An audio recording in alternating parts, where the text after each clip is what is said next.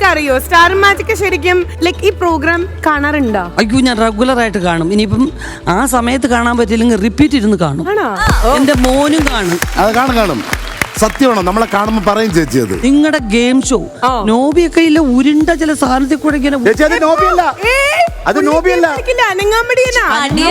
ചേച്ചി. അങ്ങനെ ഞങ്ങളെ ചെയ്യാൻ പറ്റാത്ത ഗെയിം ഞങ്ങളെ കൊണ്ട് ചെയ്യിപ്പിക്കുവര്. ചാട്ടവാറ് കൊണ്ട് അടിക്കുന്ന അടിച്ചടിച്ച് ഇങ്ങനെ ഇപ്പൊ ഇവിടെ ചേച്ചി അത് ഏറ്റവും 6 വർഷമായിട്ട് അടികൊള്ളുന്നത്. അതെ, എന്നെ തല്ലുമ്പോ ഭയങ്കര കോമഡിയാന്നാ പറഞ്ഞത്. അത് കിട്ടുന്നു. ഈ പരിപാടി ഹിറ്റായിട്ട് പോയിക്കൊണ്ടിരിക്കുന്നത് തന്നെ എന്റെ ബാക്കിന്റെ പച്ചവണ്ടാണ്. ശ്രീവിദ്യ ഒരടി. അപ്പൊ ഇതിന്റെ ശബ്ദം എന്നൊരു ശബ്ദം. ചേച്ചി അവളല്ലാതെ അല്ലാതെ ഒച്ച കേൾപ്പിക്കാറില്ല വായികൊണ്ട്.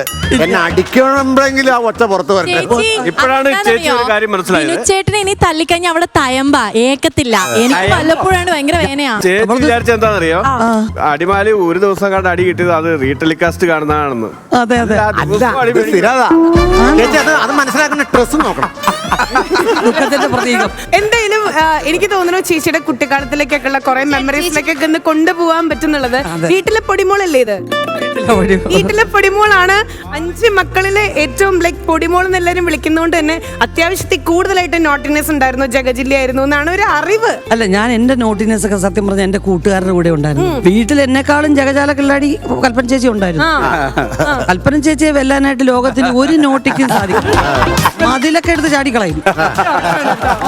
ചേച്ചി ചെയ്തിട്ടില്ല അങ്ങനെ ഭീകര പിള്ളേടിയായിരുന്നു. മിക്കവാറും മരത്തിലിരുന്ന് ഞങ്ങൾ കണ്ടിട്ടുള്ളൂ. മേലി മരത്തിന്റെ മണ്ടയ്ക്കൊക്കെ കയറിയിരുന്ന എന്തെങ്കിലും ഓർമ്മകളൊന്ന് ഷെയർ ചെയ്യാം. ഓർമ്മകളിൽ അത് മാത്രമേ ഉള്ളൂ.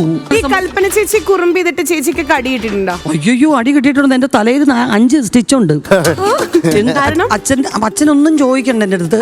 ഞാൻ അവളുടെ കൂടെ ചേർന്ന് അവൾ പറയുന്ന എല്ലാം കേട്ടോണ്ട് അവള് കൂട്ടുകാരുടെ വീട്ടിൽ നിന്നൊക്കെ വാങ്ങിച്ചു തരുന്നൊക്കെ ഞാൻ തിന്നും ഒക്കെ ചെയ്യും.